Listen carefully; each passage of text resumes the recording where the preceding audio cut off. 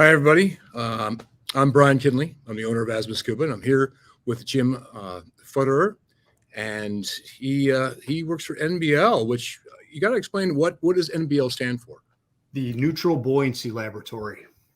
and what is that for? What do you do down there? Well, it's one of the largest pools in the world, not one of the deepest pools in the world. And what we do is we train astronauts how to spacewalk. It's the one thing that we have that's on Earth that's the closest ability to simulate. Yeah, there it is right there, that we can simulate what it's going to be like, what they can expect to be in space. So what is inside the pool that they're actually practicing on? We have, within that facility right there, we have a pool that's 40 feet deep. It's heated to about 84, 85 degrees. It's 102 feet wide, 202 feet long. And currently, I believe the footprint that we have of station built to scale is probably about a little over 50% of the scale of space station built to scale. And what NASA does is they bring in their new class of astronauts or any of their old school astronauts. They bring them in and they work through actually what it's going to like to be able to lock out and do an EVA on station. And we have a very, very close representation of exactly what they'll see floating over your head right now. And everything right there is built in the building. We have a manufacturing place right next door that we build everything. You had told me the other night that the experience that astronauts had come back and had said about the pool situation. Yeah, a lot of the astronauts, when they return back, they come in. And it's a pretty close family there. You spend a lot of time with them with their training.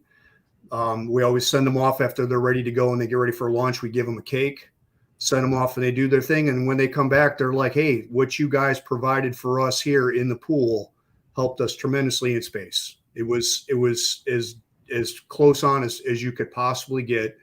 A lot of them make comments like, "Hey, I wish the safety divers were there with me because now I'm up there by myself."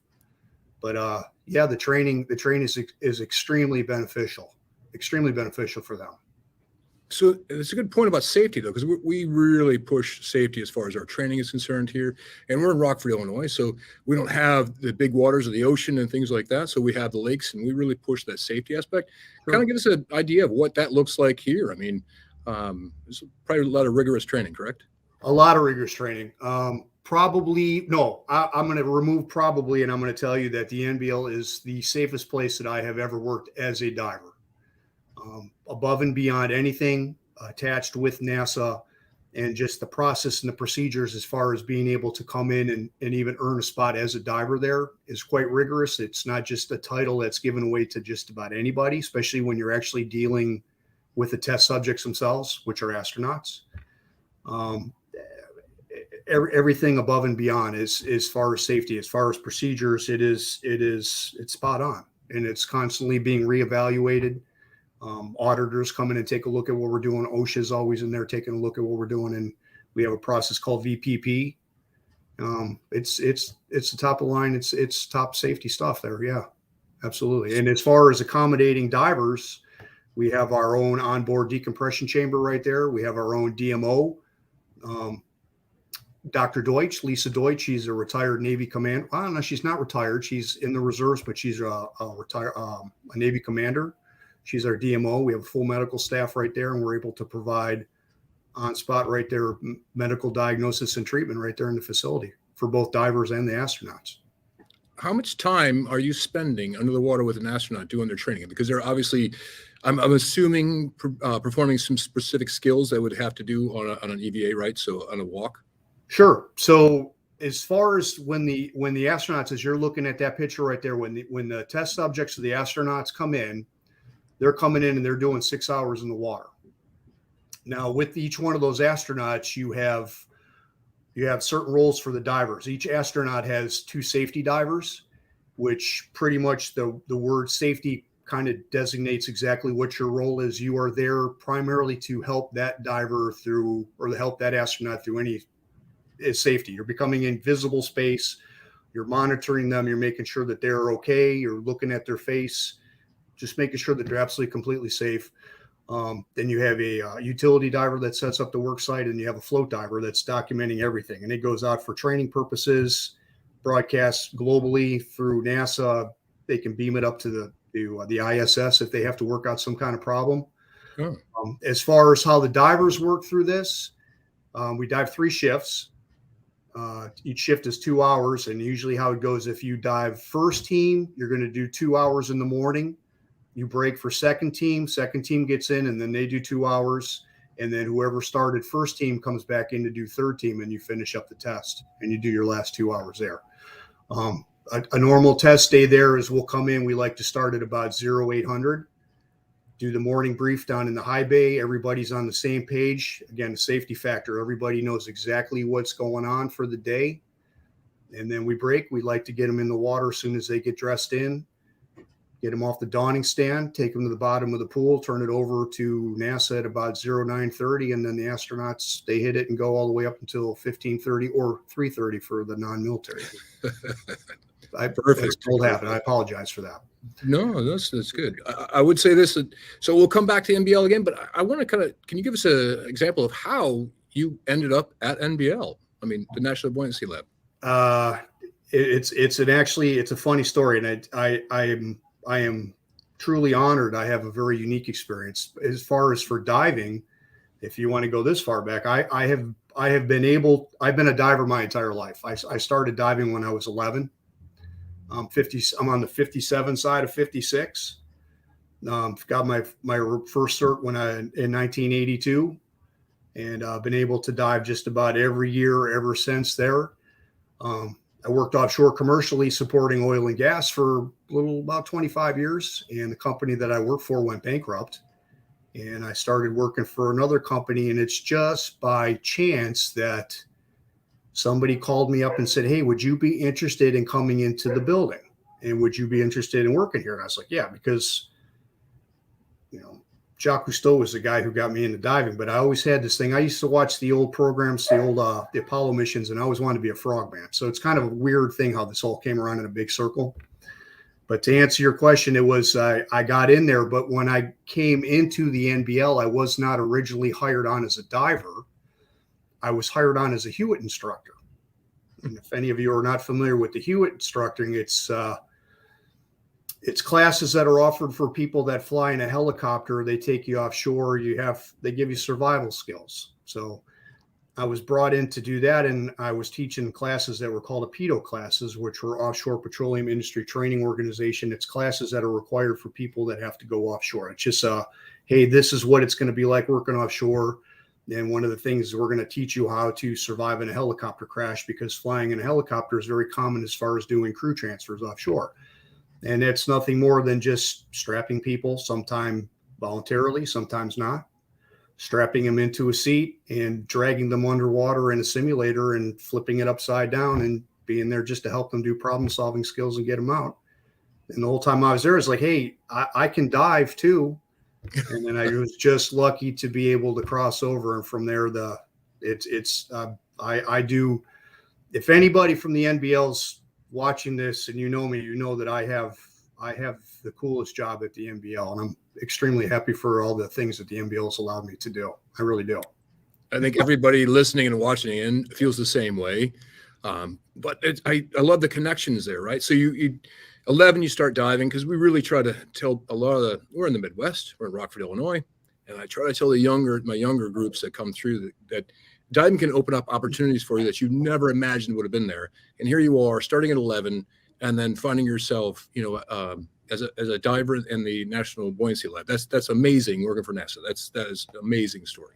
It is. And as far as for a diver, yeah, I mean, opportunity like this, this is part of the perk of being a safety diver. You get to get in a suit. Going back to the safety thing and staying on topic there, why would you put a diver into a suit? Because if I understand how to operate the suit, when I get back out on the other side, I know how to better communicate with the astronauts, and I understand what to do in the suit, and I can help them manipulate the suit. I can help them become better astronauts. We can help them become better astronauts. Can you tell us anything about the suits? I mean, that's really interesting also in itself. I mean, first thing I'll start off with, that sound like it's bragging, is if you ever get a chance to get in a spacesuit and fly it, take the opportunity, because it is extremely cool. it's for the NBL offering you that opportunity. They give you a suit class, so you know how to operate the suit. They take you over on site. They strip you down to your skivvies. They start off the process by putting all these balls on you, and they do a laser scan for you. So when it comes time for you to get in the suit, they can actually build a suit for you. There's a couple standard parts of the suit that are common with sizes, but as far as arms and legs, we can add different pieces and we can build that. Then they give you the opportunity to build gloves, which is probably the most important part of the suit. You're operating your hands, and then you get in the water with the suit, and you understand how to manipulate it. It's quite a privilege to get in there. It's pretty cool. It is. It's pretty awesome. So, I mean, you were talking to me yesterday a little bit about some of the topography. Can we talk about that? Some things that you were a part of, and what they get to see and handle down there. On station? Yeah, I mean, in the pool for the NBL. Yeah. So it depends. Like right now, since I've been there, I've seen one brand new class of astronauts come through it. I've been slowly watching them head up the station, which has been quite the privilege to say, hey, I know that person. We're bringing in a new class right now.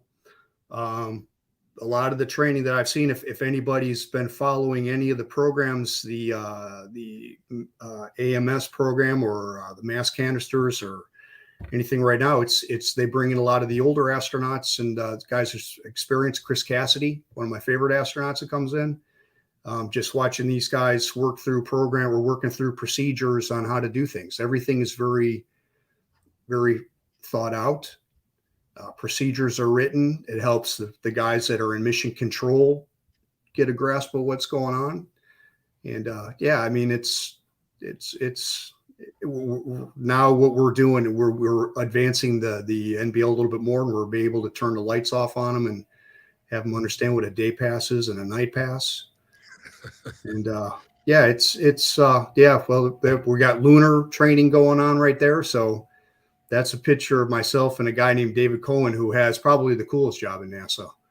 He gets to go out and do all this cool stuff here. But without getting off what I did here is I was a surface supply diver diving hard hats, and they came to me and said, hey, we would like to get some hard hats into the building. So I teamed up with a gentleman named Mike Geyer, who was an ex-Navy diver, and went home one weekend and wrote all the procedures, and we brought Kirby Morgan helmets in, and we're slowly building a lunar landscape there, and we're actually starting to get ready to go back to the moon for Artemis 3 is when we'll actually put boots back on the moon. So, and that ties back into your commercial diving days, right? So that you were talking to me about putting that stuff together and actually designing some stuff and actually being a part of that. Yeah, we're using this in the pool right now, and it's a love-hate relationship for some of the people. Obviously, I'm biased. I love it, but right now with NASA and some other private companies right now, it's a race to get themselves a moonwalking suit put together. So while other entities are out working on that project right now, we're still able to get people simulated in an environment like this and start working on just procedures, geography, geology, different tools. They're starting to work. There's a request that they can start putting a heads-up display inside the helmet. So we're starting to experiment a little bit with that, and we're teaming up with the Navy on that. So the Navy comes in and they help us with this. And this is all just getting online and just getting some of the people, some of the senior astronauts that have been working on this, and some of the newer ones just coming in and evaluating some of these techniques until we can actually get a suit that's able to walk around on the bottom of the moon better than what we had back in the old Apollo missions. So diving is the best way to simulate walking on the moon, then, basically, right? You're trying to simulate that same environment, and it's with diving. Yeah, I mean, diving, yes. It's the closest thing that we're going to find here on Earth. I know when you go over to on-site, they have some other contraptions that they can hang you up in. But as far as embracing the suck and getting the grunt work done, I believe that getting in the water is probably the best thing that you can do to simulate exactly what you're going to be expecting in space. Whether you're doing an EVA on station, floating around, which would be very similar to what you would find doing some kind of mid-water scuba work, right?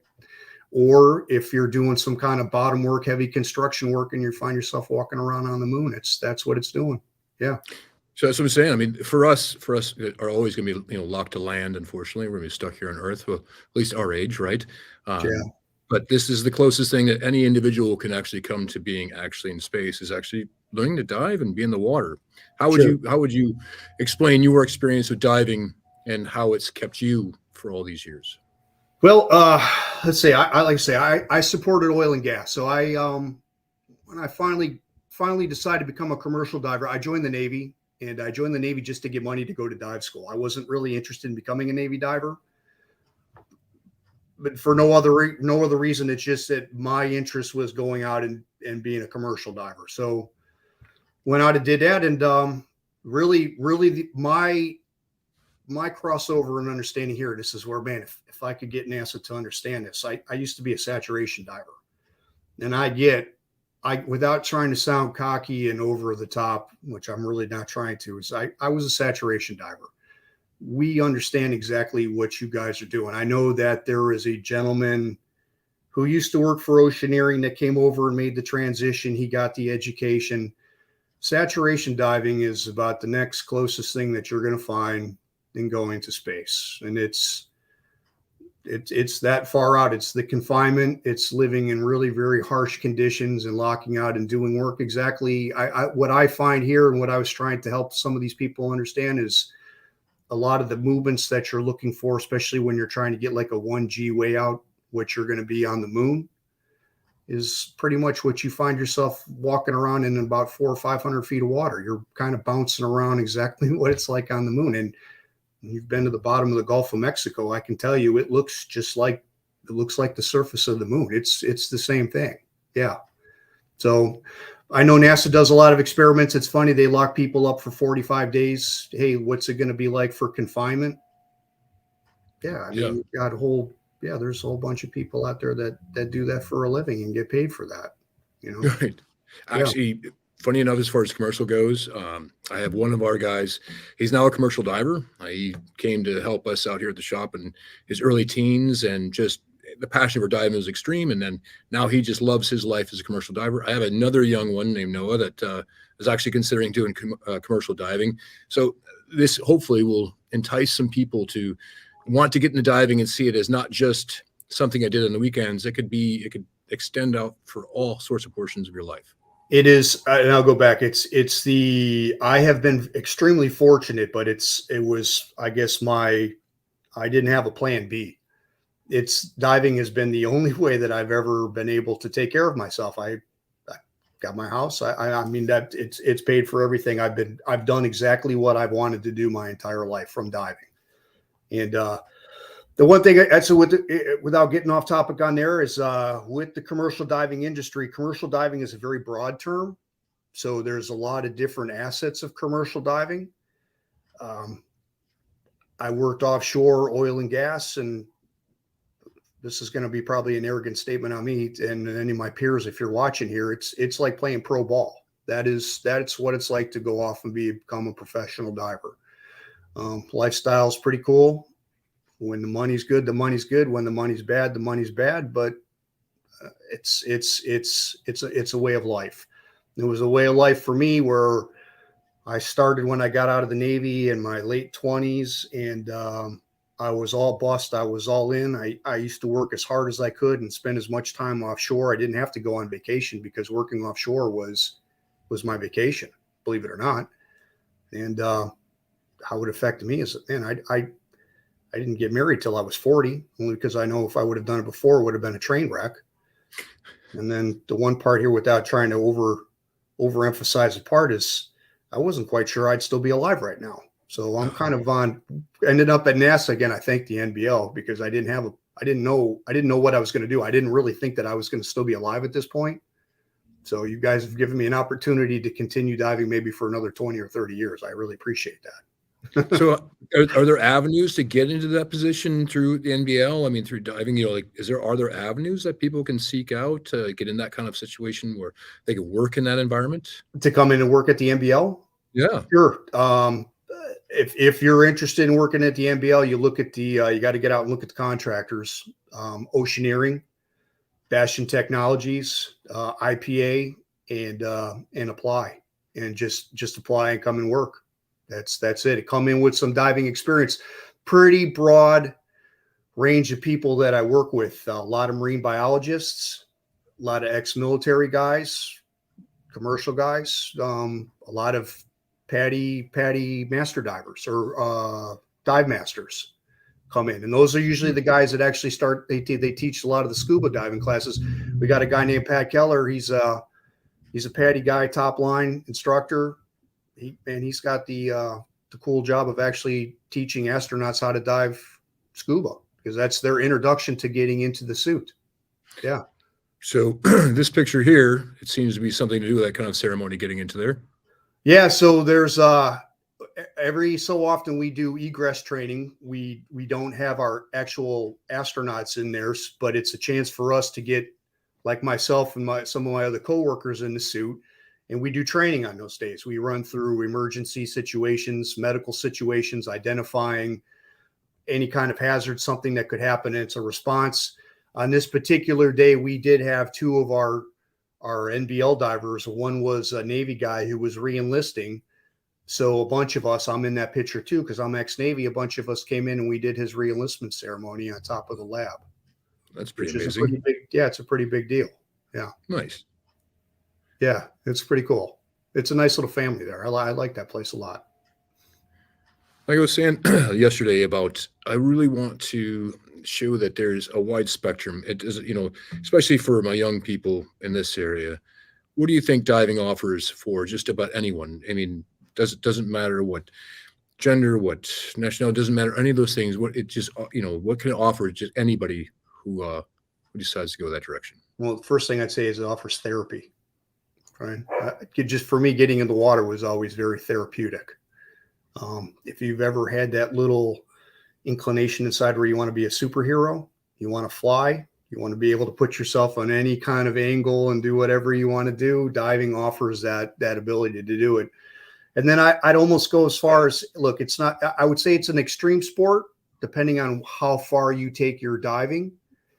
It's not like, it's not extreme as some rock climbing or jumping out of planes or anything like that, but it allows you to go see a different part of the world and different part of the earth and experience, something that people just, they don't see in every, a lot of people are afraid of the water. If you can open that up and get in there and try that, and you actually like it and you enjoy it, there's some avenues out there that you can pursue and make a career out of it. Absolutely. Like you said, you have some biologists, there's all types of careers in diving you can get into, and actually can tie back into space if that's what you're interested in, whatever so many things. Diving has so many roots and different avenues. Yeah. And it's like, marine biology. And then you and I were talking a little bit yesterday about, you can double dip and say, hey, maybe I don't want to be a full-time diver, but I want to work for the police department or the fire department. And as I do that, they usually, places around the water, they have rescue divers. Yep.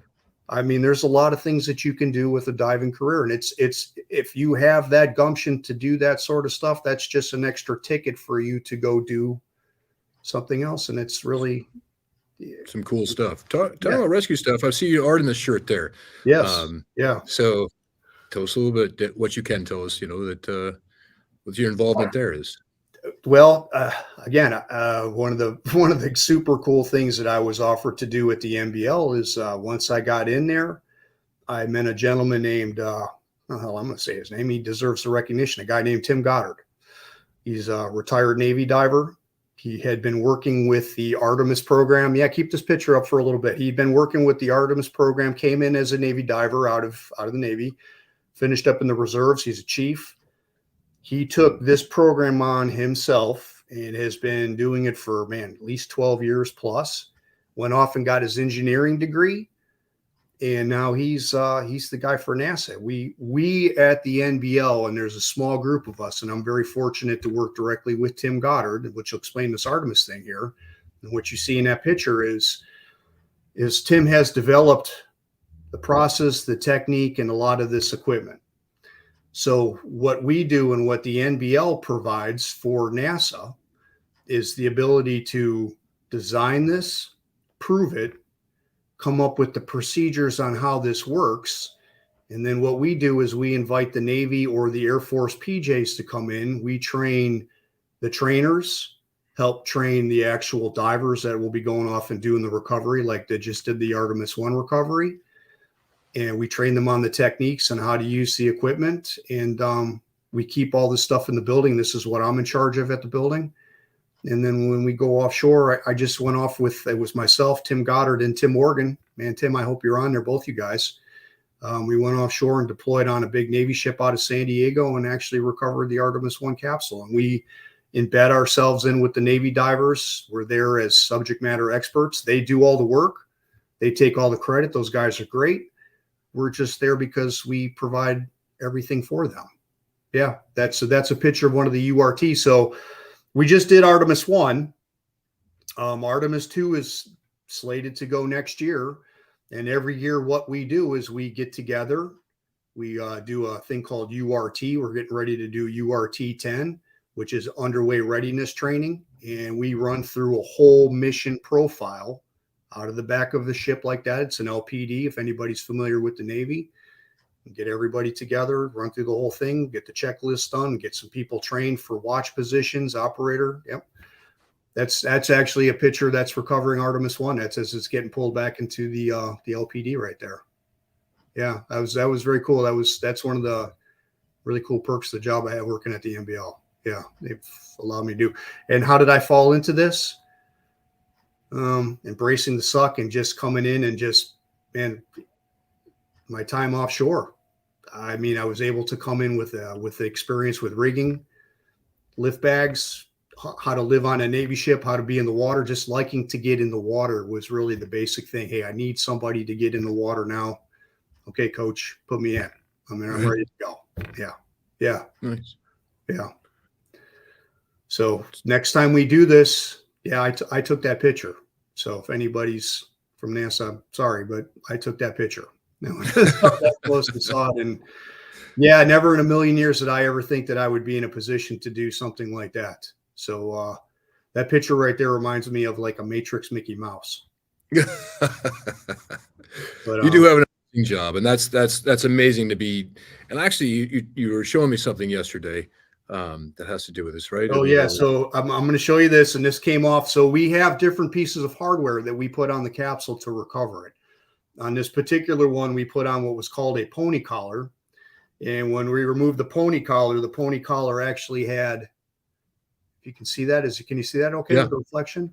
Yes. That's actually some of the tape that was on the outside of the capsule. So I can say that I'm holding something that has been to the moon, past the moon farther than any other planned manned craft, and has returned back to Earth. And yeah, I have this, and I will, hopefully my children will keep this, and yeah, have a little momentum from some deep space. I hope there's no deep space microorganisms.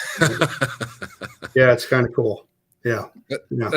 That's amazing. And it's all tied back to diving. Really, why we're talking about this now is just everything ties back to the concept. You learn to dive, you love the water, and I want people to realize that it's more than just an activity. There is so much more. And so we're going to have a Q&A here shortly, but tell us a funny story or something, about the Neutral Buoyancy Lab that you think that the audience would really enjoy. Funny story. Well, it's man, I don't. It's a pretty straight-laced place. Safe, like I say, safety. But so there really is no messing around, and I don't mean that in a bad way. It's like, hey, you show up to work. The way that you have to look at it is you're dealing with a test subject that has, look, astronauts. Out of all the people, there's a very few selected to do that, right? So you're already looking at a multi-million-dollar piece of equipment that's crawling into a spacesuit, that's crawling into the pool, and we have very high expectations for them. So when you show up on deck, there's no monkey business. You're diving. Diving has its inherent dangers. When the test subjects crawl in the suit, they're actually pressurizing the suit to 4 psi, so they're diving a little bit deeper than us. Yeah, the funny thing is, there's really nothing funny. I guess the funniest thing is I might be giving away a secret. There's a skeleton that gets moved around in the mock-ups. You might be able to find that every so often. Or if my friend out there, Callie's out there, I kind of gave you a warning. I still have these if you're out there. So I'm the old guy. I have to wear bifocals in my mask so I can see details. And while we're hanging out, we use these wires for cable ties. And she knew that I couldn't see one day, and she made me a pair of underwater glasses that fit over my mask. So the camaraderie is very, very, very, very tight. Very, very tight. Yeah, very, very tight. There's a wide variety of different divers there. I kind of told you the different skill set. And I hope I didn't disappoint your question as far as something funny.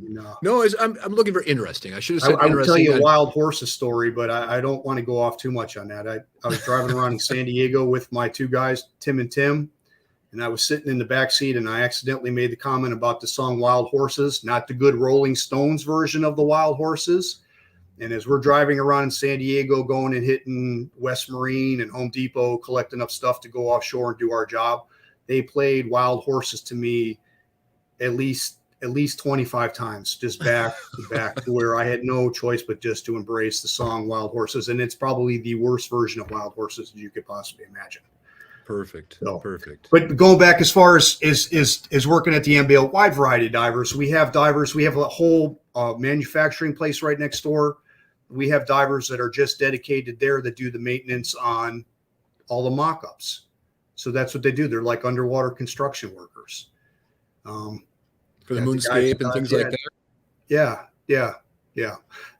The best way that I can kind of make a comparison about the NBL, and I've done this a couple times when I've been interviewing for some positions later on, is the building itself reminds me of a big ship. And in the ship, you each have your divisions, and everybody has their responsibility to make the ship go.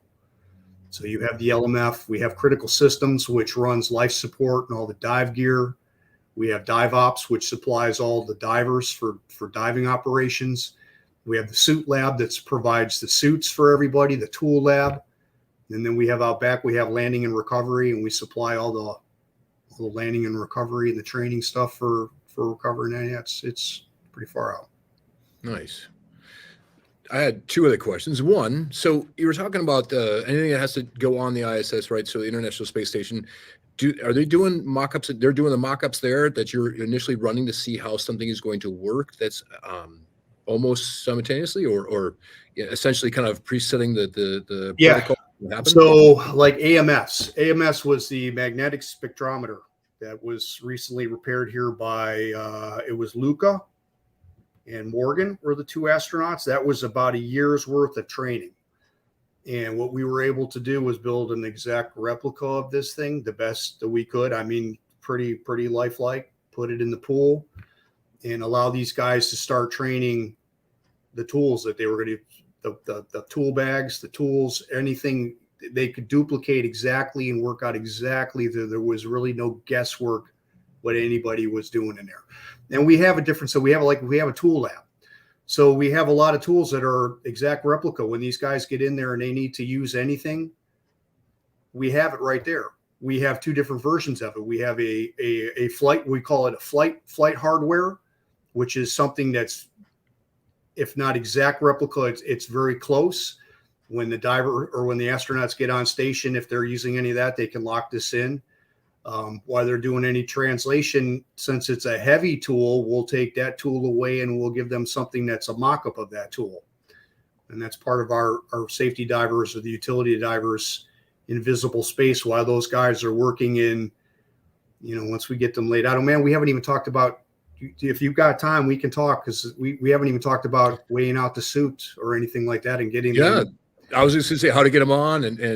So we can come in and we can make a tool. So they have a mini workstation, which is on front of their station. It's like a little workbench where they carry most of their tools, and that's set up for whatever kind of run that they're going to do in EVA. And these guys will take off something like a PGT, which when you take it off, it's a pistol grip tool. It looks almost like a large battery operated drill that you would go buy at Home Depot, except it's a space drill. So they'll travel with a lighter mock-up. They'll take this off their mini workstation. They'll have a tether to it, because when you're in space, you tether things so it doesn't float away on you. We don't want extra debris floating away. And man, I can't lose that very expensive tool. And then if you do, your run is just completely, it comes to an end because now you don't have the tools that you have to do the work, right? Very similar to diving. You drop a tool in the mud, the job comes to an end. But we can take that tool off, and as either the safety divers or utility divers, we come in and we kind of give them a 1G assist on that and hand them the regular tool, and then they can go in and do what they have to do and then switch back. But all that's done is, as far as, I could go all over the place. Let's talk about the spacesuits. But I've got a few questions I need to answer. I've got one from Lisa. Are there any plans in the works to switch over some of the ISS components in the NBL to gateway components? I don't know that answer for sure, but I would say absolutely yes, because right now we are building that lunar station, and the footprint for ISS is slowly shrinking. It's pretty much just what they need to work on right now, especially getting the new astronauts qualified and work out any problems. I do believe that gateway at some point will be fabricated and put in the bottom of the pool so we can start, because we're going to have to practice building that. And what is gateway, though, by the way? So gateway is part of the Artemis program here. So we have the ISS that's right now currently orbiting the Earth in lower Earth orbit. Gateway is going to be a space station that's going to be orbiting the moon. So we can leave here, get to the moon, and we will be able to orbit the moon in that station, and then kind of make the transition back and forth from the moon surface back to gateway, and then shuttle back and forth to Earth. That's coming. There's mock-ups for that over on site. Right now they're working with designs for an actual lunar lander. I know when they get that, we were practicing with we're doing ladder evaluations, push carts. You kind of showed one of the pictures of us pushing around a cart with tools and stuff like that. Yeah, gateway will be in the pool, and I believe that our lunar landscape will eventually keep evolving and moving out in the structure of the pool. Yeah. Perfect. Lisa, come back. I know Lisa. Come back and see this. Oh, you know Lisa. Yeah. Okay, perfect. I've got one from Karen, a good friend also for myself. She says, can you provide a list of those places to apply to get experience after commercial dive school? To work at the NBL? Yeah, like that experience. So she said, apply to get experience after commercial dive school to get towards NBL, to work towards a Neutral Buoyancy Lab. Okay, so hey, if you're looking to come in for a diver, I'm not gonna paint a pretty picture on here. You're in the spot. If you're coming in to work as a diver that you are actually hoping to work with the test subjects, they're going to hire you, and they're going to hire you initially once they do the interview. And first, they're going to even see if they think that you have the diving experience that they're looking for. They're unfortunately, and I've had a couple people here recently apply coming right out of commercial dive school, and that's great, but go off and get some diving experience, because within the NBL, and I will say this here, there's some top line divers work there. And you just think about the work that they're asking you to do. It's controlled chaos at any one time when you're in the water working with test subjects. But with that, what I'm going to back up and say to answer your question, and I'll come back around. If you're not a good swimmer, work on swimming, because there's a pretty brutal swim. There's three actually. There's the initial swim test to be considered. Then once they get you in, there's the swim test to pass to be a safety diver, if that's what they're hiring. And if they're hiring you to be a diver, they're hiring you to eventually become a safety diver, and you have to pass these tests. If you don't, depending on what you can bring to the party, they may push you to the side and give you the opportunity to go work in some other places, which are very cool in the NBL. But you need to pass the swim test. There's a surface swimming test. And then once you pass that surface swimming test, there's an underwater test with dive gear, and you're swimming laps of the pool within 6 minutes and doing some hot hovers, and it's pretty brutal. I think I can say here, let's see, I took that test and I was 52 or 53, and I think I was the oldest person to pass that test. And then I passed it on my third try. Yeah. Nice. Yeah. So, and once you pass that test, there's that camaraderie there. You earned your wings there. And I think a lot of that comes from when the NBL was first established. They had a very heavy Navy presence there. So when I kind of say it's not as brutal as going to Buds to become a SEAL, a lot of that kind of initiation part there it's there. So it's not given. It's worked for you. It's worked for. Absolutely. Yeah. And you feel very proud when you finally pass those tests. And, so Go ahead. Sorry, I apologize. No, I'm just trying to go through some of these questions we've got going on. Lisa said she'd love to come back, by the way. Yeah, And absolutely. Come then, on. Come back, and then, please. I had another question about how the depth of the pool. I know we talked about this before, but can you give them kind of like what's the size and depth of the pool that's going on? Sure. So the entire pool is 40 feet deep. It's 102 feet wide, 202 feet long. Believe it's like 6.3 million gallons of water. Probably the most cleanest, chlorinated, freshest, best water that you will ever swim in. We have a huge filtration system out back, and it's pretty much filtered at least once, pretty close to every 24 hours. The really unique thing about diving at the NBL is that we dive 46%, and we make it right there. We have our own gas farm out back. So we're diving, everybody's diving 46%. The divers are diving. It's nitrox for some people who don't understand it. Right. It's nitrox. Yeah. So heavier oxygen. Yeah. Yep. Large, yeah. Very therapeutic. So you're almost decompressing while you're diving. It's fantastic. Your hair grows great. Your nails grow great. You feel fantastic. Even though you might have spent 4 hours in the water, you feel good. Vitamin O is a great thing for the body, especially under pressure. But we dive 46% there, and the equivalent water depth is like 17 feet if you do the numbers. So you're almost on a forever table. Yeah.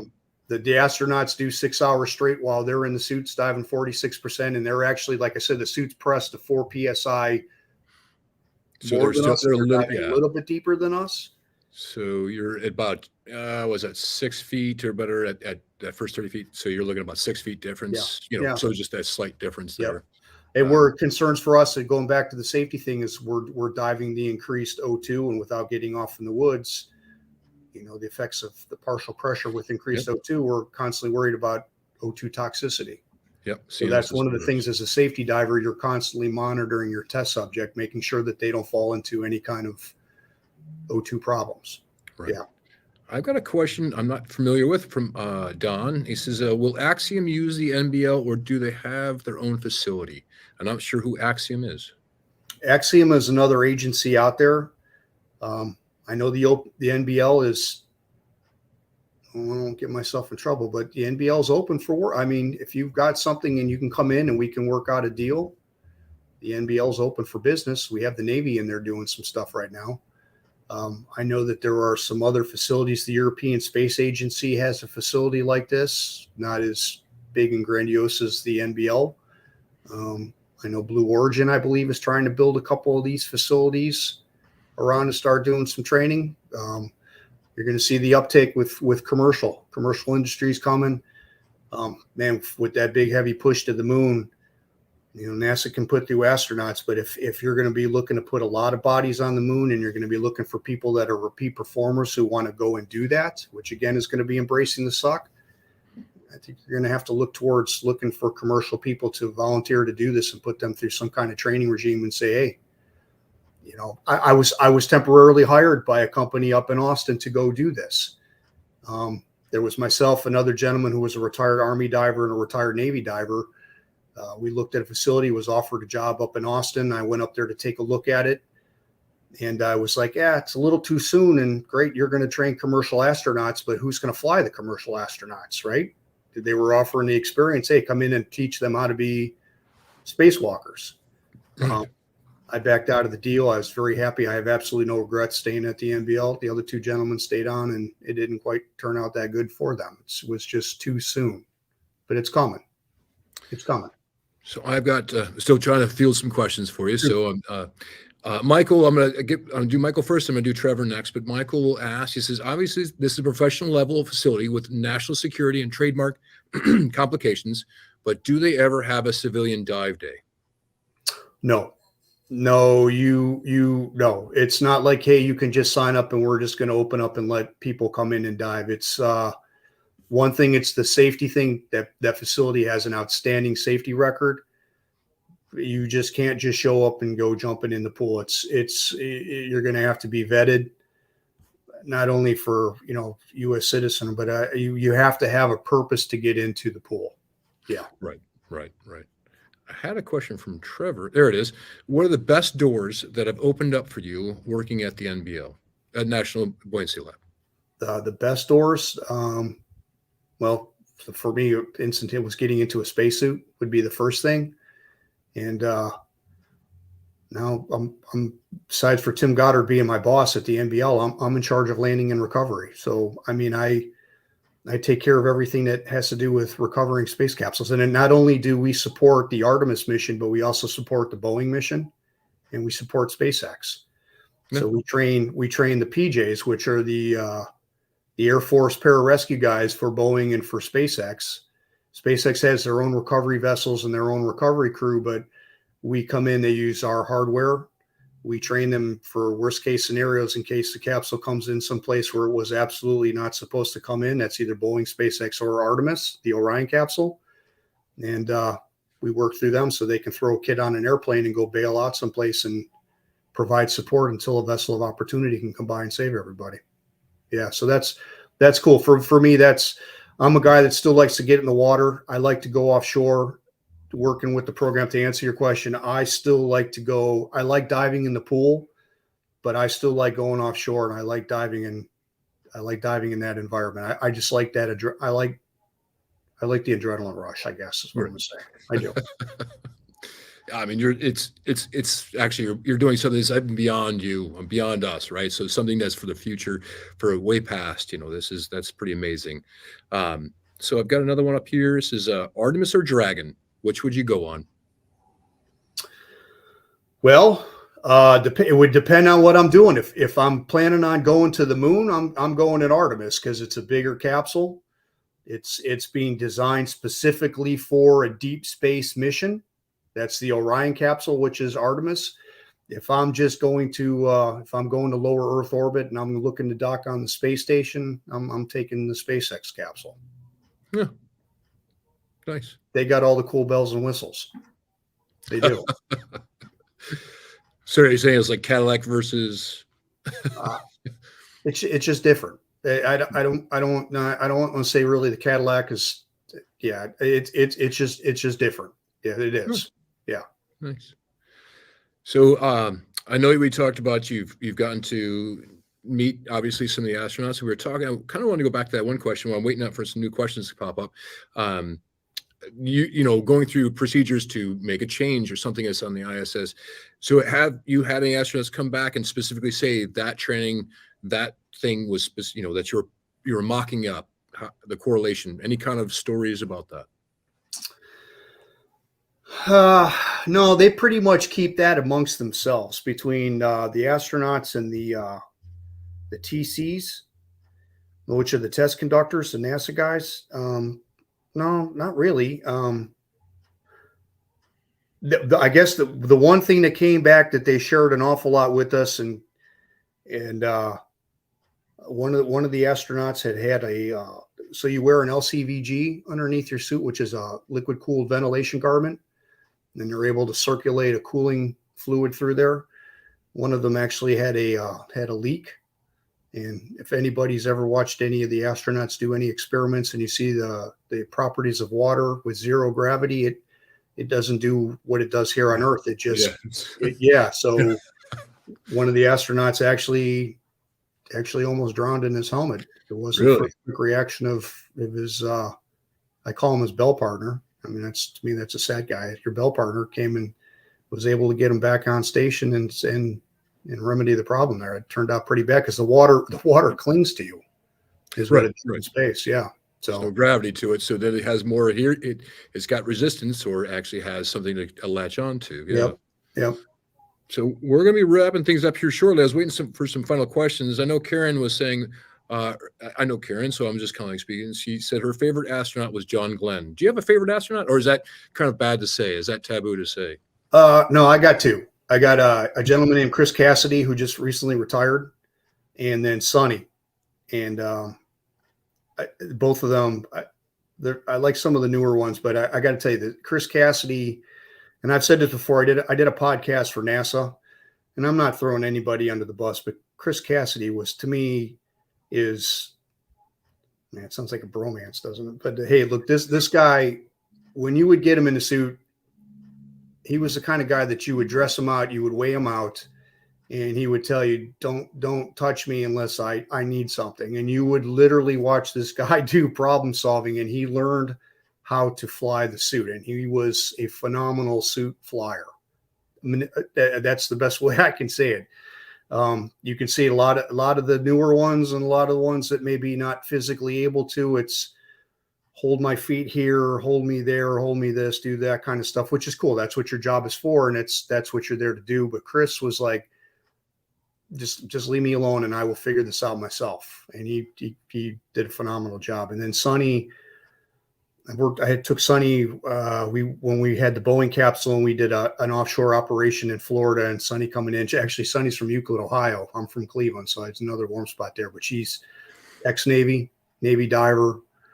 She's a pilot, and she's pretty bad in suit too. I was going to say badass, but I mean she's really good. So those are my two favorites. Yeah, that's awesome. That's awesome. Gosh, I'm like waiting to see. I know some people putting no questions. Does that mean nobody's watching this? We get responses. People are really enjoying what you have to say. I'm enjoying what you have to say. And I'm also thinking in my mind that you said that Sarah and I could come down and visit you. Absolutely. Come down. So let me know. The only thing that I need is I need 24 hours notice to get you on the schedule. And then I'm just going to make sure I'm going to ask you that you're an American citizen. Yes. And show up, and then I'm going to tell you, come on in, and I'll take you on a tour. And it is an incredible place to see. Come in on a day that we have astronauts in the pool, so you can see the whole thing. It is an incredible place to come and witness, and just see how everybody functions inside that place. So Sarah and I, once we get back from Portugal, we're talking maybe, like late June, early July or something like that. So we'll sort that out later. But I do have another question. Mitch is asking, can you elaborate on the swim test? Okay, so I'm bad on distance here. So your initial swim test, I said the pool is 102 feet wide, right? So your initial surface swimming test, it's 102 feet wide. There and back is considered one lap. So that's 204 feet. So you have to do 8 of those laps in 12 minutes. And then from there, you take a little break, and then you have to tread water for 10 minutes with your hands, preferably your shoulders also out of the water. Then you take a little break, and then you tread again for another 10 minutes. And then there's a 50-yard underwater swim on one breath without pushing off. So they take you out to the middle of the pool, boop, go, and then make it back. That's the initial test. And what the whole thing is when you do that swim test, there's no backstroking or anything. You are doing a crawl, freestyle. If you got a good breaststroke, a good side stroke, and you're leaving everything on the field to make that. It's a little harder than you think. And if you're not a swimmer, I mean, we've got guys that come in and they swam in college, they swam in high school. Great. I mean, you knock that test out. Some guys do it. Like say, I got it on my 3rd try. So once you pass that initial swim test, then they have the underwater swim test, and that's putting on your dive gear, and that's twin 80s, no air in your BC, and 2 full laps of the pool in 6 minutes and 30 seconds or less. And you're huffing and going, and your regulator is flopping while you're kicking, and you're giving everything you got. So you do that, then you take a little break, and then they have what's called a hut, which is the hard upper torso part of the suit. Pretty heavy. I don't know the weight of that right off the bat, but you grab that thing, and then you have to hover off the bottom for, I think it was 5 minutes with no air in your BC, and you have to maintain a level right there. Then once you pass that part, then they put like a 205-pound dummy inside that hut, and you have one chance to swim from the bottom of the pool up to the platform or the deck, and you have to swim them straight up. And that's to demonstrate that you're able to handle a suit that has lost its pressure or some malfunction in there, and it's almost back to its 300-pound size, and one diver can handle that suit by himself if you need to do that. And you bring that up, and after that, then you tread water on the surface for 10 minutes with your gear with no air in your BC. Wow. Yeah. And that's all, back to back. So you get a little break in between there, but it's a rite of passage. Yeah. And the whole thing is, they train, if you hire on, the trainers will work with you. you'll start diving on tests. You usually get in and they start you off on just doing your basic scuba skills for safety. Just hey, let's make sure that you're even competent to be a diver, and that's ditching down your gear at 40 feet of water. I'll bring you up, demonstrate different parts of how you're going to do this. Got a heaves bottle, work with that sort of stuff. And then, then you start diving float, which is your chance to follow around a camera, and that kind of gets you there. And then after that, they break you off and they just have you start swimming laps and just start working. We have a full weight room on the property. They give you time to go work out because physical fitness is part of what they're driving for. And I'll tell you, it's a building where a lot of people are in really good shape. Yeah. You really are. Yeah. I think I'm going to have to work up to that for a little while, Jim. Well, I want to say we're kind of coming into the end of this. This has been amazing for our first time, actually hosting. And I'm super happy that you said yes and excited. And I hope we can do this again. The responses we're getting is like everybody's thinking this is amazing, and I enjoy talking with you. I enjoy too. So if I got off track, and I'm sorry, I have so many cool things I want to tell you, and I'm just this was fun. Thank you. Yeah, it's supposed to be. This is we want to bring that personal aspect of people in diving, what they can do with their lives, and what they can change, and especially space is amazing. And obviously Sarah, she's all about space, so she's loving this on the other end. So. Hey, so the last thing I'm going to say, if you are young, this will be my parting message for anybody. If we have any younger people on here, get your education, get into diving. And if you want to be an astronaut and you are a diver and you have all the credentials, you will be one leg up. And man, the future is offering some pretty cool things if that's really what you want to do. Yeah, aim high. Yeah. Use that logo, aim high. You can do that. Yeah. I agree, and it's all about making the plan, enjoy life, but also just say education. I really try to. I'm hoping to be a high school history teacher in the next few years. And I told you I'm jealous. I'm jealous of that. Yeah, right. Yeah. I'm 50 years old, going back in person to school, and I'm hoping to be able to convey that to the kids and say, the world is open to you. Just take advantage of it. Yes. So. Yeah. Enjoy it. You got one chance to do this. Do it.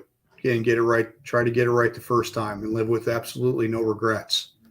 That's the best thing I can tell you. Have no regrets. The last thing that you want to do, and let's not get morbid, but the last thing you want to do on your dying bed is die having any regrets. Leave it all on the bottom. That's all I'm going to say. Leave it on the bottom.